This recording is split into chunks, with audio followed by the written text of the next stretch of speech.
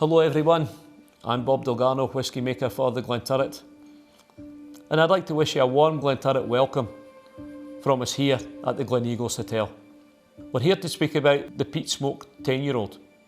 This is a new whisky, a new addition to our new range, and a little bit of background to the Peat Smoke. As Glenturret fans, you will know that we already had a peated whisky, but in looking at the stock that we acquired with the distillery, we had decisions to make as to how we were going to move it going forward.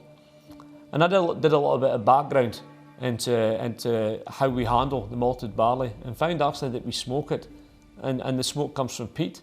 The peat is taken from all over Scotland, and that in itself adds a lot of flavours. But really the hugely interesting one for me was the fact that this is a heavily smoked whisky that is derived from a peat fire.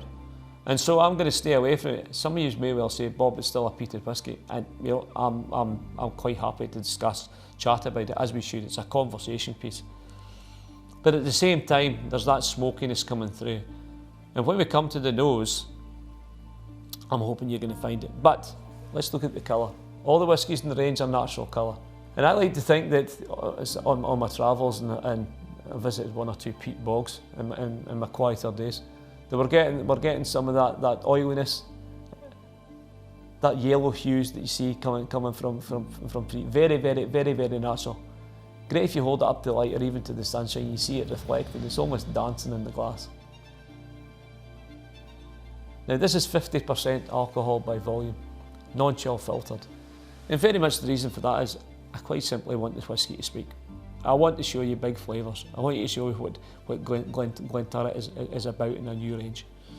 And we're taking you in quite an adventure here, and very, very different, because this smoked element driven by peat, and peat from many locations in Scotland, burning many different ways, but heavily smoked, is captured in the glass. So if you think that the smoke disappears into the barley, it comes on sight, we can't even see it.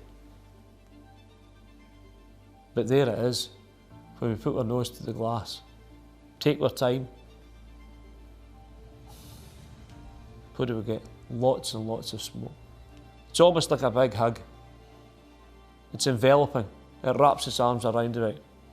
But in the background, not to be outdone, we've got some sweetness. We've got fresh fruits, fresh citrus fruits. We've got vanillas coming through.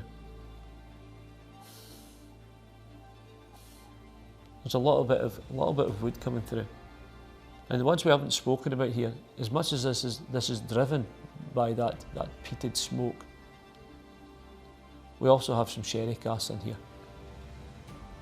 giving us a different dimension, adding to the sweetness that's already there, that naturally comes through the distillery with all those hands that work on it to create two wonderful spirits. So we have Glenturret non-peated, and now we have Glenturret peated, although I'm going to say that it's smoked really, because I think that's where we are. So smoky Glenturret derived from peat. Mix the two together with a range of casks, and this is what you get. Big and bold smoke notes, sweet notes coming through, maybe a little bit of sea salt. If you think we spoke about peat coming from different regions in Scotland, a little bit of Isla peat coming through there, but we're not trying to be anybody else other than ourselves. I'm just taking my time. I'm just taking my time to nose it. Just picture it. Just that big heavy smoke from it, with their sweetness coming through there, and it's in balance, and it drifts, and then it comes down again. It's almost like, I'm going to say, smouldering heather. Think of a heather moor. Picture that dense smoke, and then it clears almost like blowing away in the wind, and we're seeing much more of the sweetness coming through in behind the background, and that's the use of the Glenturret non-peated whiskies, or non-peated spirit, I should say, to be more descriptive.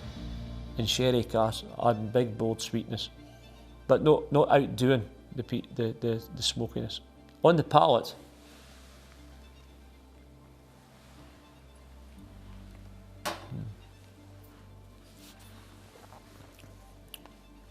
and I said 50% alcohol by volume. Lots of flavours coming through, but lots of sweetness coming through initially, and we see the influence of those sherry casks. But as much as it's a big influence, 75% of this whisky is driven by the smokier side of Glenturret. And it's not going to be forgotten, because very quickly it fills the mouth. Right to the outside, really balancing.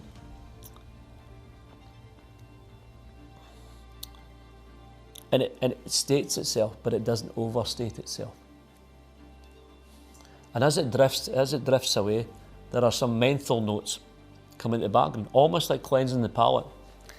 And almost what it does is it refreshes, and the smoke kind of comes back again, but the sweetness is always there. And so you're getting 2 or 3 whiskies really in one. Lots of smoke in there, and I'm hoping we found a wonderful balance here. Lots of sweetness in there, reflecting the non-peated Glenturret, which is hugely important to us. But they both come together to give what I think is a wonderful whisky and a different dimension to us at Glenturret. So I hope that you've enjoyed it. I wish you good health, and I'd just like to say sláinte.